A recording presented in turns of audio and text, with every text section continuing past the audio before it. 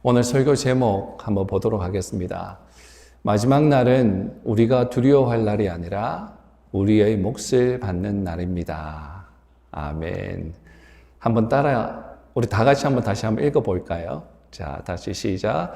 마지막 날은 우리가 두려워할 날이 아니라 우리의 몫을 받는 날입니다. 아멘. 오늘 말씀의 주제는 또 대종말에 대한 말씀입니다.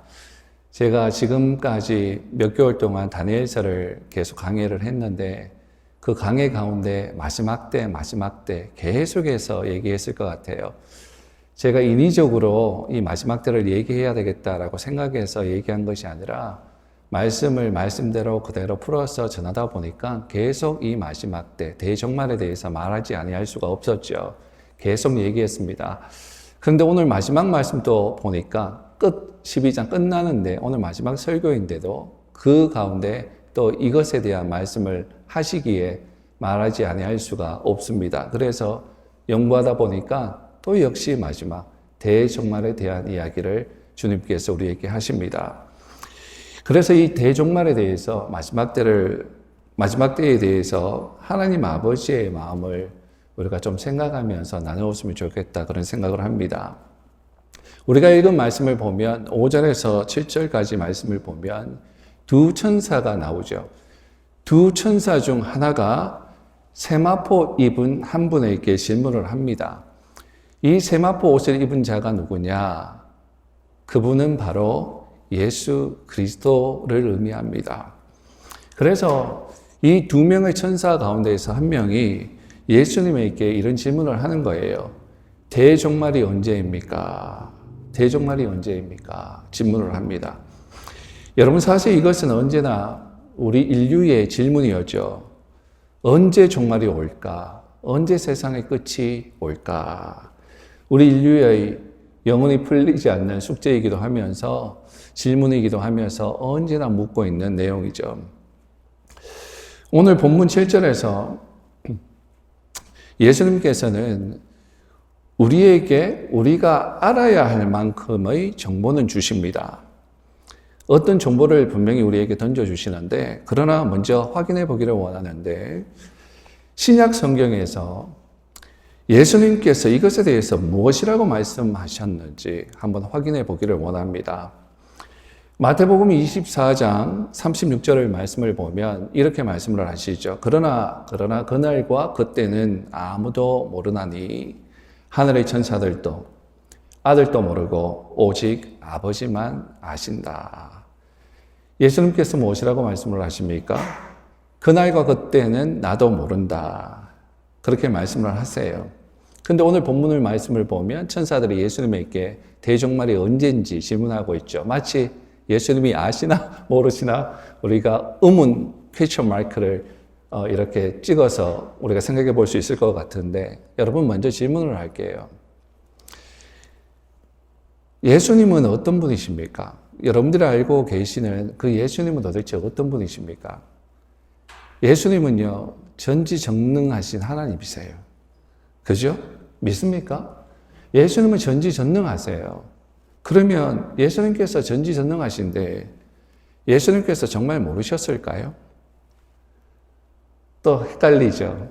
예수님이 모르신다라고 얘기했는데 예수님이 모르실까? 전지전능하신데 여러분들은 어떻게 생각하십니까? 예수님이 아셨을까요? 모르셨을까요? 여러분, 삼위일체 하나님의 역할을 한번 생각해 보시면 참 좋을 것 같아요. 삼위일체 하나님, 성부 하나님이 계시고, 그리고 성부 하나님의 역할이 있죠. 성자 하나님이 계시고, 또 성자 하나님의 역할이 있어요. 또 성령 하나님이 계시고, 성령 하나님의 역할이 있죠. 하나님은 한 분이신데 삼위일체. 성부와 성자와 성령의 역할이 다른 것을 우리가 다 알고 있습니다. 여러분, 그것을 이해하기 위해서 유대인들의 결혼 풍습을 한번 생각해 보면 좋겠습니다. 유대인들이 결혼식을 몇 번 하는지 아십니까? 유대인들은 결혼식을 2번 합니다. 정확히 말해서 정혼은 약혼이죠. 약혼을 하고 1년 정도 지나고 난 후에 결혼을 하는 것입니다. 그래서 2번 결혼합니다. 첫 번째 정혼, 약혼은 신부 집에서 하게 되죠. 신랑이 신부 아버지에게 결혼 지참금을 가지고 와서 지불하고 신부의 집에서 7일 동안 잔치를 하죠. 그 기간 동안 혼인 언약을 합니다. 여자는 남자의 것이고 남자는 여자의 것이다. 서로 하나다라고 하는 혼인 언약을 하죠. 그리고 신랑은 잔치가 다 끝나고 난 다음에 아버지 집으로 돌아갑니다. 같이 사는 것이 아니라 잔치 7일 동안 하고 아버지 집으로 돌아가서 뭘 하는가? 신부를 맞이할 새 집을 준비합니다. 만들든지 뭐 어떻게든지 하겠죠. 아내를 데리고 올 새 집을 준비하죠. 그러면 그 기간 동안 신부가 어떻게 하죠? 신부는 순교를 지키면서 딴짓하지 않고 신랑에게 그 순교를 주기 위해서 순교를 지키면서 신부의 아버지 집에서 신랑을 기다립니다. 그 기간이 약 1년 정도 되는 시간이죠. 그러나 신부는요, 1년 정도 후면 신랑이 오겠구나라고 막연히 알지만 정확히 신랑이 언제 오게 될지 알지를 못합니다. 이번 주에 올지 다음 주에 올지 월요일 날 올지 목요일 날 올지 알지 못합니다. 그냥 그렇게 오시겠구나, 내 신랑이 오겠구나 라고 기다리며 순교를 지키며 거룩한 몸을 가지고 준비하고 있죠. 그런데 어느 날 신랑의 아버지가 아들을 부르죠. 아들아, 이리 한번 와봐라. 예, 아버지. 내가 보니까 네가 어느 정도 신부를 맞이할 준비가 된 것 같은데, 집도 어느 정도 다 지은 것 같은데 이제 어느 정도 된 것 같다. 가서 오늘 너희 신부를 데리고 오너라 라고 합니다. 그러면 신랑은 신랑의 들러리들과 함께 가죠. 친구들과 함께. 그리고 그 친구들은요, 뿔나파를 불면서 신랑이 왔다라는 것을 알립니다. 신부에게 신랑이 왔어요. 그 신부의 가족에게 신랑이 왔어요. 그 마을에 신랑이 왔어요 라고 알리죠. 그러면 신부의 친구들은 기름으로 횃불을 밝히고 신랑을 맞이하죠. 그리고 신랑은 신부를 데리고 가서 최종 두 번째 결혼식을 신랑 집에서 하게 됩니다. 그리고 같이 하나가 되고 살게 되는 거죠. 자, 여러분 질문할게요. 그 결혼식을 누가 정했습니까? 결혼식이 아니라 결혼식의 날을 누가 정했습니까? 결혼식의 날을 누가 정했어요? 신랑이 정했습니까? 아버지, 제가 오늘 된 것 같으니까 데리고 올게요 라고 했습니까? 아니죠. 신랑의 아버지가 아들을 불러서 이제 된 것 같다, 가서 데리고 오너라 라고 했죠. 신랑의 아버지가 정했습니다. 여러분, 그날은 아버지가 정합니다. 즉 예수님께서 나는 그때와 시간을 알지 못한다 라고 그렇게 말씀하신 것은, 그날을 정하는 것은 내 권한이 아니라 아버지의 권한이다 라고 하는 말씀이에요. 성부 하나님의 권한을 성자 하나님께서 인정하시는 어떤 표현이죠. 근데 여러분, 사람들은 언제나 언제 종말이 오는가 라고 질문을 하죠. 그래서 그때와 시간을 알기 위해서 노력합니다. 그 결과 어떤 일이 생깁니까? 거기에서 수많은 이단들이 나오기 시작하죠. 이단들은 여러 가지 특징들을 가지고 있습니다. 여러 가지 특징들 가운데 몇 가지를 추려서 말씀을 드리면, 제일 먼저 하는 말이 뭐냐 하면 내가 예수다 그래요. 내가 그리스도다라고 얘기해요. 마태복음 24장, 오늘 아침에도 한번 말씀을 준비를 다 했지만 말씀을 24장을 한번 읽어봤어요. 마태복음 24장을 읽어봐도 거기에 보면 예수님께서 뭐라고 얘기하시느냐 하면, 마지막 때에 이곳에서 저곳에서 내가 그리스도다라고 하는 자들이 너무 많다고 얘기해요. 거짓 예언자들이 너무 많다라고 얘기해요. 내가 직통 계시 받았으니까 이거 하나님이 뜻이라고 거짓 예언하는 자들도 너무 많고, 그러니까 너희들 속지 마라. 속이는 자들이 얼마나 많은지 모른다. 예수가 여기 있고 여기도 거짓 예언자가 있고 속지 마라 라고 말씀을 하고 있죠. 제일 첫 번째, 내가 예수다라고 하는 자들은 가짜예요. 그리고 두 번째, 만민중앙교회 이재록이 같은 아주 악한 나쁜 이단 교주가 있죠. 죽었습니다만은 언제나 죽죠. 예수라도 다 죽는 모양이에요. 뭐라고 얘기합니까? 뭐라고 얘기했습니까? 내가 성령 하나님이다라고 사람들 속였어요. 기적도 조작하면서 사람들 속였어요. 그리고 내가 재림주다. 예를 들어서 하나님의 교회의 창시자 안상홍이 같은 나쁜 자들, 내가 재림 예수다라고 얘기했잖아요. 그래서 그 무덤에 가보면 정말로 묘에 가보면 묘비가 있는데 거기에 뭐라고 적혀 있습니까? 재림 예수의 묘라고. 거짓 선지자가 아니라 선지 엘리야의 묘라고 적어놨어요. 재림 예수. 예수님 다시 재림하셨는데 또 죽었네? 예수님이 왜 죽어요? 재림하셨는데. 영원히 죽는단 말이죠. 이런 가짜들, 이단들이 내가 예수네 사람들을 혼돈시키고, 아니면 더 나아가서 요즘에 내가 사도인데, 내가 선지자인데, 하나님께서 나에게 이러한 말씀을 하셨다 그러면서 하나님께서 우리에게 주신 완성된 성경 외의 것을 만들기 시작합니다. 그래서 새로운 교리를 만들어서 성경 권위 위에 올리기도 하고, 거짓된 직통 계시를 얘기하기도 하고, 또 더 나아가서 종교 다원주의 다 섞어버려요. 이것도 진리고 저것도 진리고 다 섞어버려요. 그리고 지금 말씀드리고 싶은 것, 이단들은요 전부 때에 포커스를 맞추죠. 때의 시간을 맞추는 잘못된 종말론, 몇 월 며칠 예수님 온다고. 그래서 역사 가운데 1992년 10월 28일 날 예수님 온다고, 그리고 모두가 휴거된다고 그런 적 있잖아요. 미국에서도 그런 적이 있고, 한국에서 다미성교회 이장님 같은 아주 악한 자들 1992년 10월 20일 날 28일 날 예수님 온다고, 휴거된다고. 여러분, 때에 초점을 맞추면 여러분 이러한 현상들이 생기는 거예요. 예를 들어서 내일 종말이 온다라고 얘기하면 내일 종말이 와요. 제가 여러분들에게 내일 종말이 옵니다, 거짓 예언을 했어요. 그러면 여러분, 오늘 지금 우리가 하고 있는 일이 무슨 의미가 있습니까? 내일 종말이 오는데 우리가 오늘 하는 일이 아무 의미가 없어지잖아요. 그러면 무슨 일이 생기냐 하면 오늘을 놓아버리게 됩니다. 그러니까 다 정리하고 자신의 전 재산 헌금으로 교주에게 다 바치고, 왜냐하면 바치면 하늘나라에서 상급이 있다고 그러니까 내일 종말이 오니까 다 정리해서 교주한테 바치고, 그리고 어디 갑니까? 두 손 들고 어디 들어가서 두 손 들고 주님 모시면 기다립니다. 거기서 너희처럼 학대당하고. 오래전에 PG의 왕국 하나 세운 여자 있잖아요. PG의 왕국. 누굽니까? 은혜의 교회 신옥주, 아주 나쁜 이단 또 목사가 있죠. PG에 다 데리고 가서 마지막 때 오니까, 재앙들 오니까 피할 수 있는 곳은 오직 PG다. 조사해보니까 PG만이 천국이다. 그러면서 다 데리고 가서 한 400명 정도 데리고 가서 거기서 뭐 했습니까? 그 노인네들, 그 어린아이들 데리고 가서 노예 생활 시켰잖아요. 학대했잖아요. 앵벌이 시켰잖아요. 예배 가운데 어떤 짓을 했으면 인간적으로 상상할 수 없는 나쁜 짓들을 했잖아요. 그렇게 가스라이팅 되면 사람들이 분별을 못해요. 예배 가운데 불러요. 엄마가 좀 불만이 있었고, 예를 들면 집사겠죠. 집사가 좀 불만이 있었고 목사님 마음에 안 들어. 그럼 불러 세워요, 앞으로.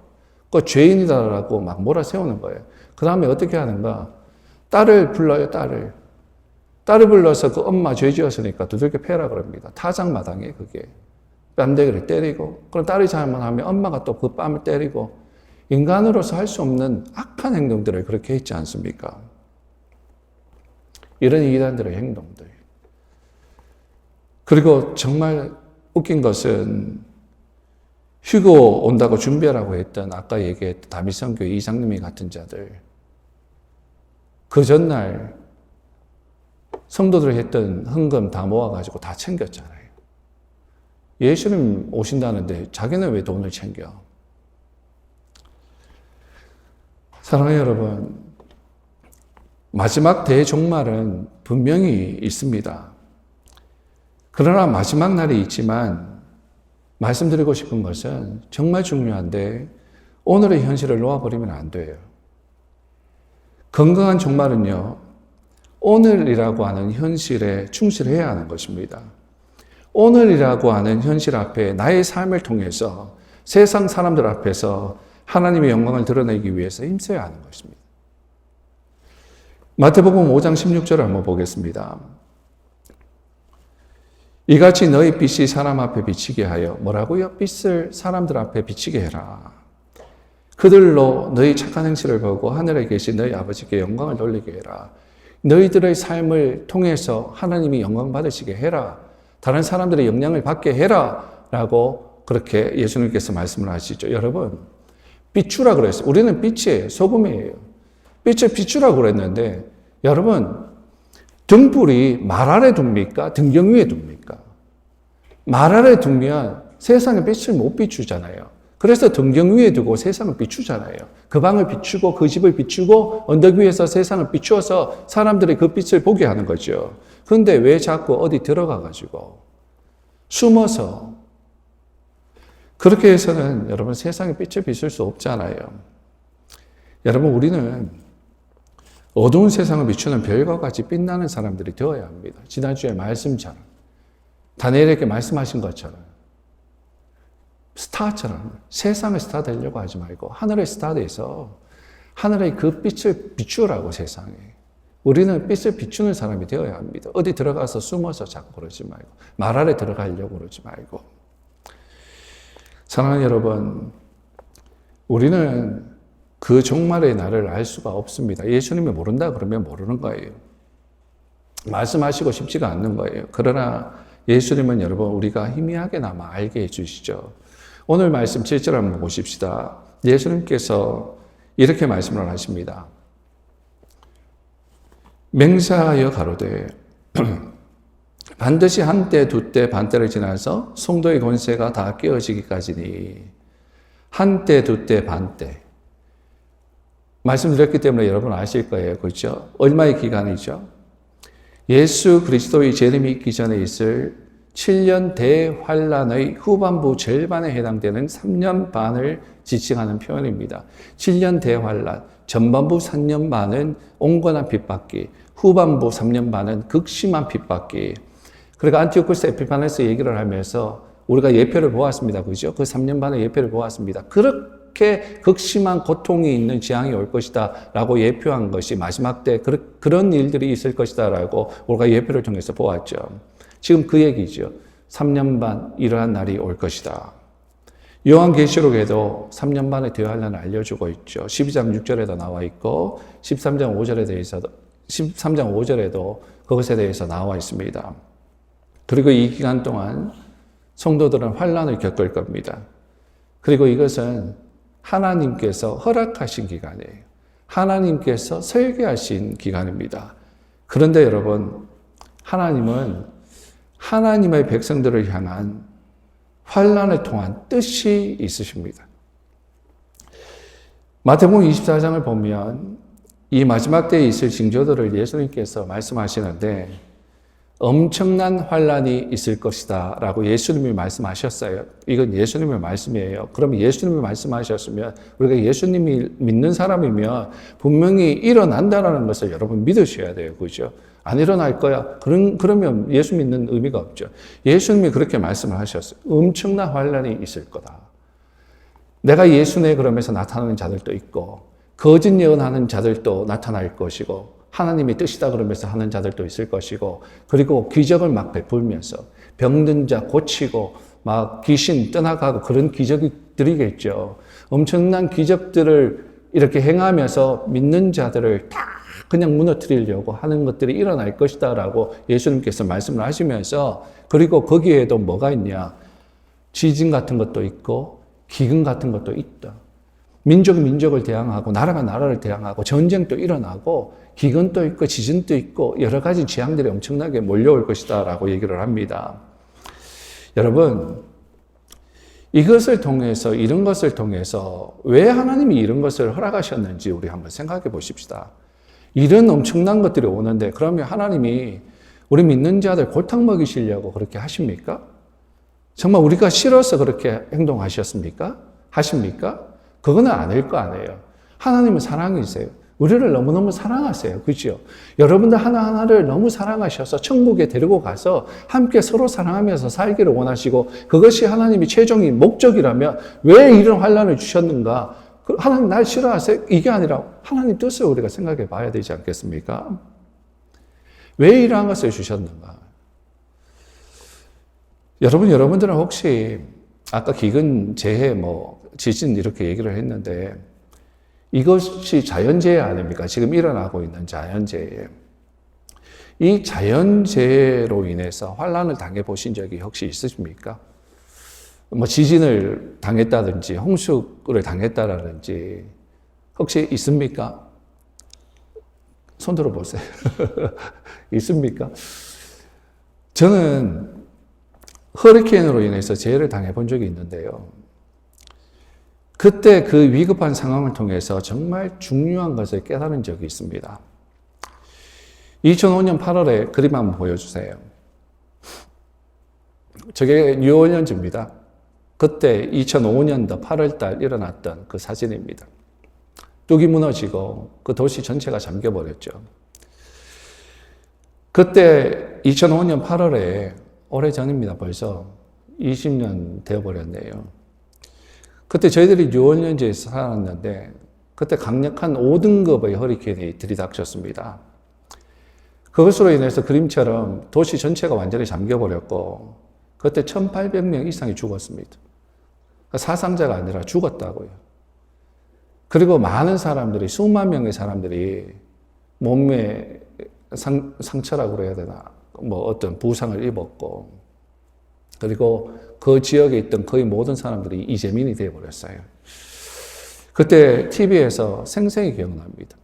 TV를 틀어놓았는데, 주지사가 나와서 다른 프로 다 이제 끝나고, 그냥 그 주지사가 나오고, 뉴올리언즈 시장이 나와서 지금 당장, right now, 지금 당장 떠나라고. 당신들 생명 보장 못하니까 지금 당장 떠나라고. 뒤도 돌아보지 말고 그냥 떠나라고 계속 얘기했어요. 죽는다고, 다 죽는다고. 떠나라. 독려했습니다. 그때 제가 처음에 갈까 말까 막 이렇게 하다가 워낙 막 도망가라고 자꾸 그러니까 그래서 이번에는 도망가야 되나 보다 싶어가지고 피난을 가기 위해서 차에 중요한 것들을 싣기 시작했죠. 조그만 차였기 때문에 많은 걸 실을 수가 없었습니다. 나름 비싸게 구입했던 물건들도 있는데 예를 들어 내가 소중히 여기는 소파, 얼마 전에 샀던 매트리스 이것도 가져가야 되는데 이거 차에 실을 수 없잖아요. 그런 거 다 못 가져가고 나에게 지금 제일 중요한 것만 차에 실었습니다. 제일 중요한 것이 뭐겠습니까? 내 새끼들, 내 애들. 그때 5살 막 됐습니다. 큰애. 둘째 6개월 되었습니다. 그 애들 차에 딱 싣고 또 그것 역시 그것과 동일하게 중요한 우리 아내를 싣고 그리고 또 중요한 가방 하나 들었어요. 그 안에 뭐 있냐면 각종 여권이라든지 서류들 있죠.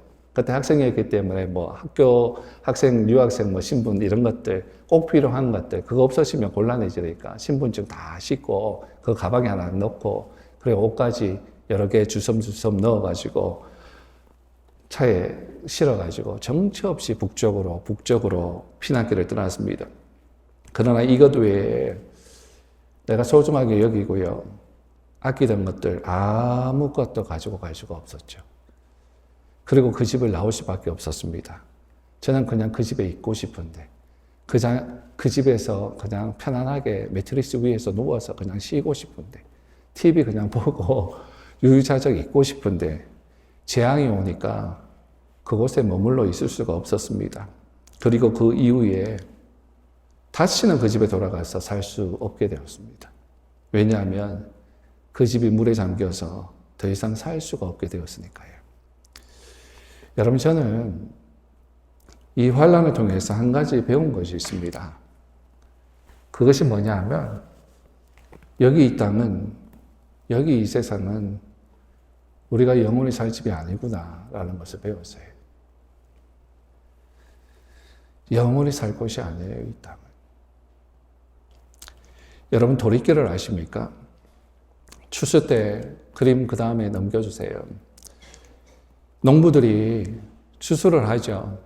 지금도 밖에 보면 노랗게 이제 추수할 때가 되어가지고 조금 후면 다 추수할 텐데, 옛날에는 추수한 것들 다 거두어서 고식들 마당에 깔아놓고 말립니다. 그리고 난 다음에 도리깨질을 하죠. 사정없이 두들겨 팹니다. 그냥 사정없이 두들겨 패야 돼요. 사정없이 두들겨 패야 알곡이 나옵니다. 그 곡식들 입장에서는 뭡니까? 환란이에요, 환란. 이런 환란이 없습니다. 왜 그렇게 두들겨 패는지 환란입니다, 환란.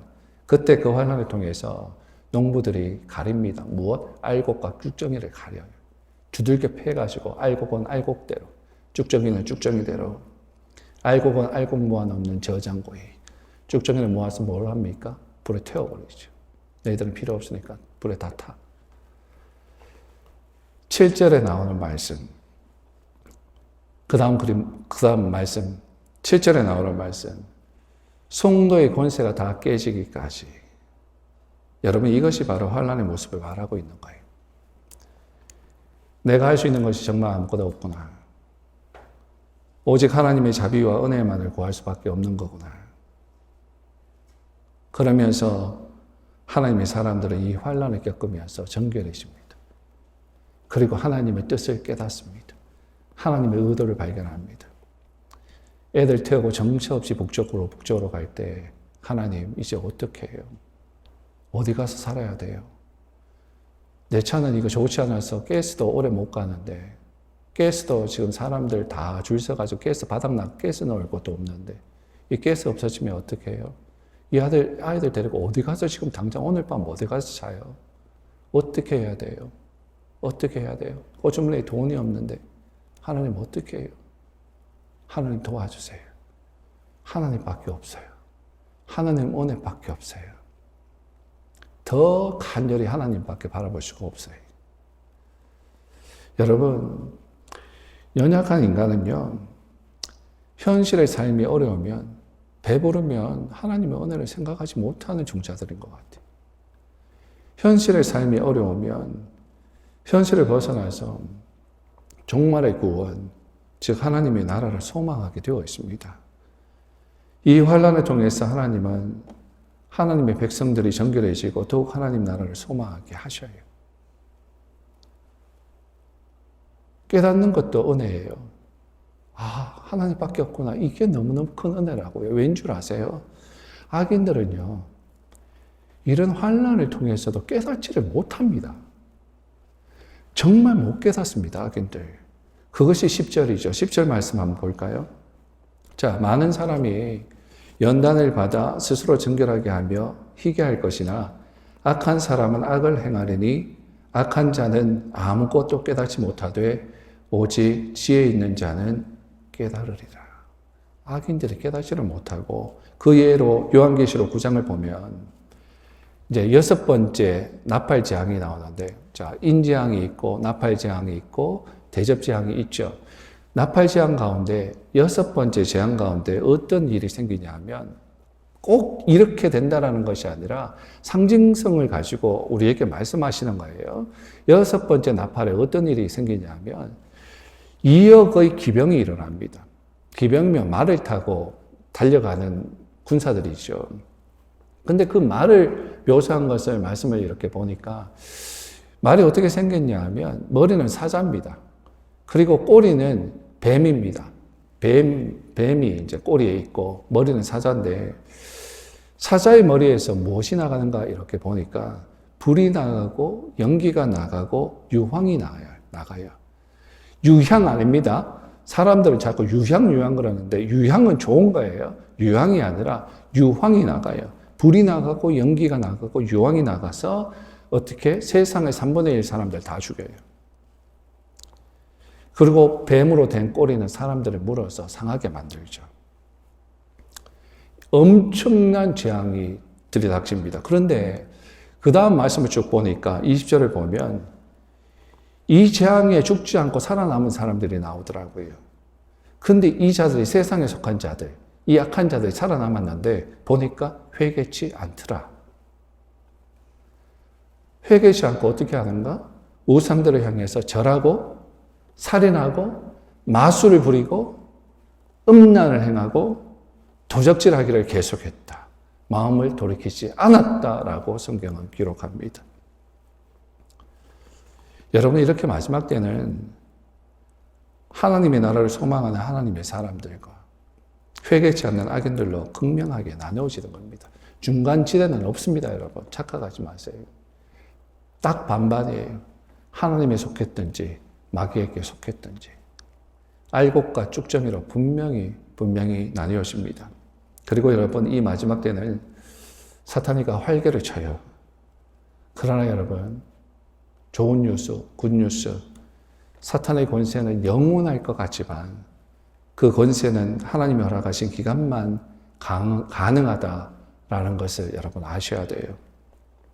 지금까지 다니엘서를 배우면서 여러분 뭘 배웠습니까? 가장 중요하게 계속 말씀을 드렸던 것이 있죠. 전체를 이제 표현하고 있는 어떤 예표였는데 느부갓네살 신상을 우리가 배웠지 않습니까? 제가 여러 번 말씀드렸어요. 여러분 그것을 보면서 여러분 무엇을 배웠어요? 그 메시지는 명확해요. 사탄이 다스리는 세상의 나라는 영원하지 않다라는 겁니다. 그죠?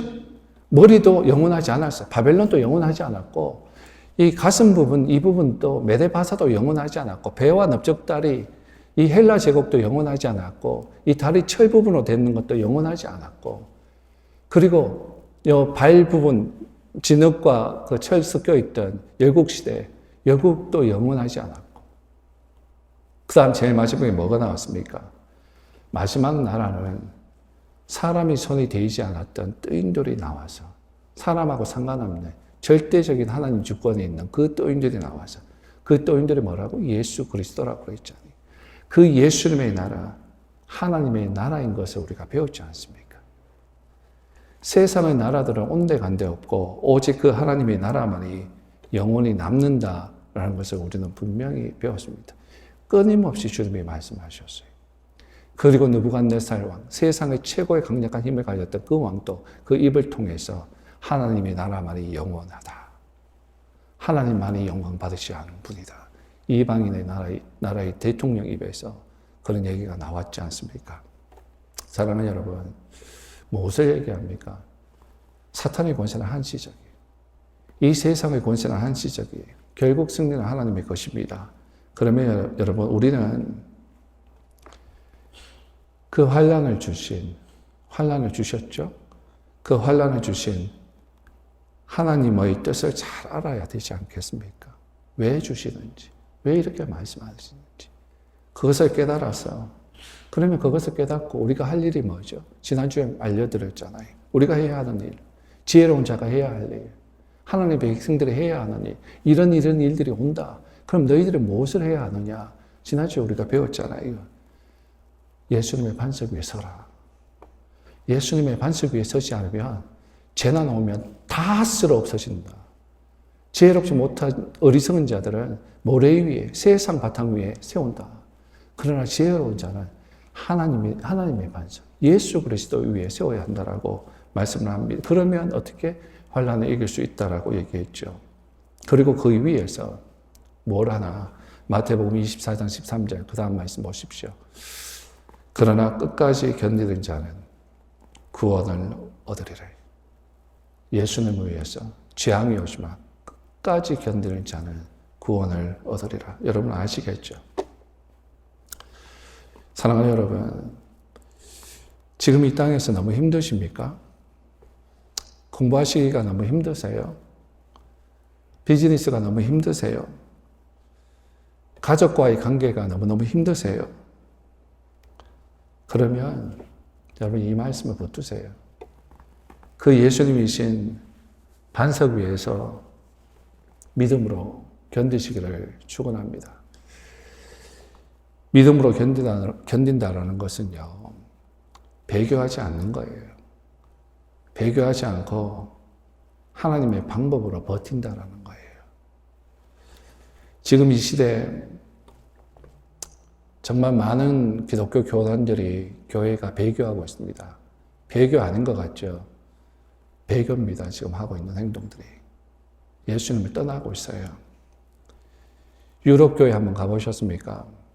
저 가보고 싶은데 못 갔는데 어떤 목사님이 이런 말씀을 하시더라고요. 오래전부터 배워왔던 내용인데 유럽 교회 한번 가보면, 아니 유럽 교회 가는 것이 아니라 술집 가보면, 아니면 유럽에 있는 식당에 한번 가보면, 왜냐하면 그 술집이 그 식당이 이전에 교회였던 곳이 너무너무 많으니까.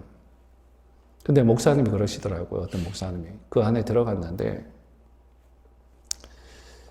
이전에 교회에서 장식했던 모든 것들이 그대로 있더랍니다. 다 뭐 치우지도 않고 예배드렸던 그 모습 그대로 다 달아놓고 그 장식 그대로 데코레이션 그대로 두고 난 다음에 그 안에서 이제 테이블만 바꿔서 술 팔고 공연하고 음란한 짓을 하고 있더랍니다. 예수님 그림이 있는 십자가가 있는 바로 그 아래에서 예배 몇입니다 적혀 있는 그 팻말 아래에서. 왜요, 여러분? 왜 이러한 일이 생겼죠? 왜 이러한 일이 생겼습니까? 흥황했던 그 유럽의 교회가 왜 이러한 일들이 생겼습니까? 왜냐하면 하나님의 법을 떠난 자유를 그들이 취했기 때문에 그렇습니다. 나는 자유를 원해. 하나님 간섭하지 마. 우리 하나님의 사람들은 하나님의 법 아래에서 자유해야 되는데 그 하나님의 법을 거절하고 자기의 자유를 찾았어요. 그러니까 그렇게 돼버렸어요. 물론 히스토리를 보면 유럽 교회가 잘못했기 때문에, 캐톨릭 교회가 잘못했기 때문에 거기에 반작용으로 뛰쳐나온 것도 있지만, 그러나 하나님의 법을 떠났다고요. 나는 자유를 원해. 하나님의 법을 떠난 그 자유가 그렇게 만들어버렸어요. 지금 여러분 캐나다 장로교회를 가보면요. 장로교회 교단들 가보면 유럽뿐만 아니라 캐나다도 이제 다 덮었어요. 그 물결이 미국으로 막 덮쳐지고 있고 있잖아요. 캐나다 장로교회 가보면요. 그 교단 가보면 완전 동성애를 덮여버렸는데, 근데 여러분 교회들이, 목사님들이 그 교단들을 탈퇴하지 않아요. 처음에는 동성애 막 얘기하면 막 붕괴합니다. 붕괴했다가 좀 시간이 지나니까, 통과되고 나니까 다 조용해. 탈퇴 안 해. 그대로 그 자리에 있어. 여러분 왜 그렇게 붕괴하다 그 자리에 그대로 있습니까? 그 이유가 뭔지 아십니까? 여러분 아세요? 그 이유 분명합니다. 뭐 안에 그 남아서 나는 이 교단을 변화시킬 거야. 뭐 그래서 있는 거 아니죠. 왜 남아있냐면 목사님들 자신들의 이익 때문에 남아있는 거예요. 교회의 이익 때문에 남아있는 거예요. 다른 거 없어요. 그 교단에서 탈퇴하는 순간 어떤 일이 생기는가? 연금 다 끊깁니다. 연금 받아먹고 살아야 되는데 연금 다 끊겨요. 월급 다 끊겨요. 모든 베네핏 다 사라져요. 그래서 육직에 걸어놓고 8직에 걸어놓고 8가지 색깔로 시작했다가 7가지 색으로 바꿨다가 요즘 6가지 색으로 바꿨는데, 6직이든 8직이든 거짓 깃발 걸어놓고, 그 걸어놓고 교회에서 많은 사람들에게, 믿지 않는 사람들에게 사회봉사하면서 우리 교회에 와서 가난한 사람들 오세요. 배불리세요. 먹여주고 입혀주고 그래요. 좋은 일이에요. 그런데 그거 하면 뭐합니까? 그 사람들이 교회에 와서 육직에 달려있는 거 보면서, 아, 교회가 동성애 찬성하는 거구나. 해야 되는 거구나. 이걸 인정해야 되는구나. 그렇게 생각하지 않겠습니까? 진리를 못 가르치고 도와주기만 하면 뭐 하냐고요. 그러면 그 다음에 어떤 일이 생기는 줄 아십니까? 그냥 나는 교단에 있지만 나는 버티리라. 나는 내 진리를 선포하리라. 그래서 선포할 수 있을 거라고 생각합니까? 아니에요. 어떤 일이 생기냐면 교단에서 각 교회에 지침서가 내려옵니다. 공문이 내려와요. 거기에 무슨 내용이 있는가? 여러분 이거 실제 이야기입니다. 제가 지어낸 이야기가 아니고 이런 공문이 딱 내려옵니다. 제가 봤어요. 그 공문. 성경에 나오는 하나님 아버지라고 하는 단어 중에 아버지라고 하는 단어 다 빼라 그럽니다. 이제는 아버지라고 하는 단어 사용하지 마라. 혐오다. 그리고 바울이 이야기했던 것 중에 형제요, 자매요 다 빼라. 이거 혐오다. 다른 단어로 대처해라. 아빠, 엄마 못합니다. 부모 1, 부모 2. 만약에 안 따르면 어떻게 됩니까? 파면이에요, 파면. 그것이 미국에 넘어와서 지금 UMC, PCUSA, 장로교 대표적인 PCUSA, UMC, 아펜젤러 선교사를 보냈던 그 좋은 교단이 거기에 한국교회 목사들, 미국교회 목사들, 세상에 이민 와서 목회하는 목사들 그게 다 있어요. 안 나와. 왜요? 배나기 때문에. 그리고 이제 선포를 안 해, 진리를. 육직에 걸어놓고. 여러분 그것을 보면서 예수님께서 무엇이라고 그러실까요?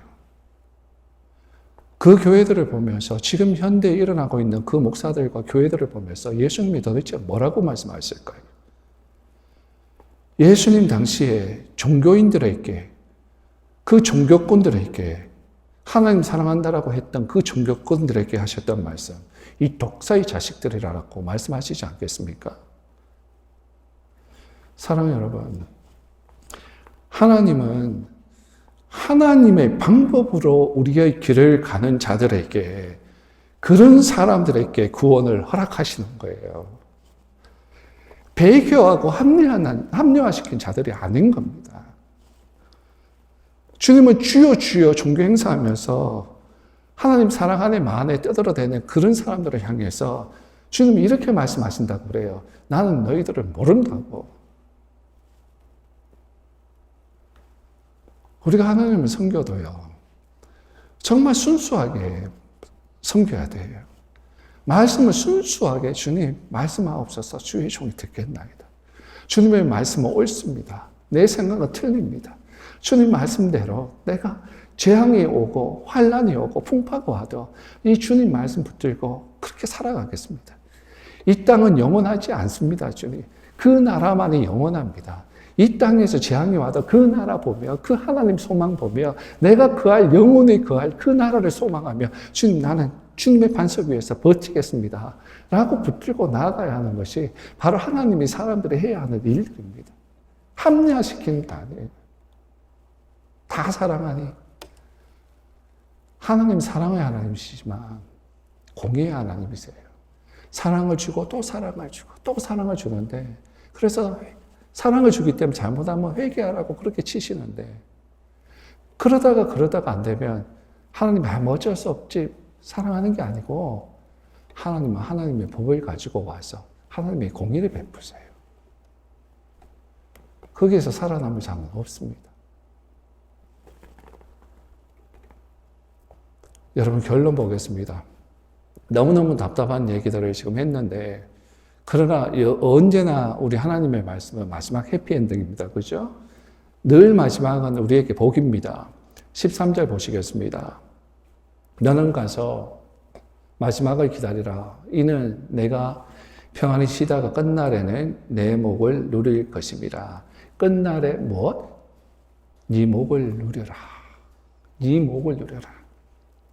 다 끝나버리는 게 아니라 마지막 그때 네 목이 있단다. 네 목이 있단다. 하나님께서 이 마지막 때에 우리에게 이렇게 하나님의 말씀을 잘 간직하고 환난의 때를 잘 견디고 지킨 자들에게는 자기 목의 포지션을 준비하셨습니다. 사랑하는 여러분, 지금 이 순간이 그리고 다가올 그때가 잠깐 어렵고 힘들지라도 그 하나님께서 나에게 허락하신 그 목이 우리에게 있다라는 것을 기억하시면서 힘들더라도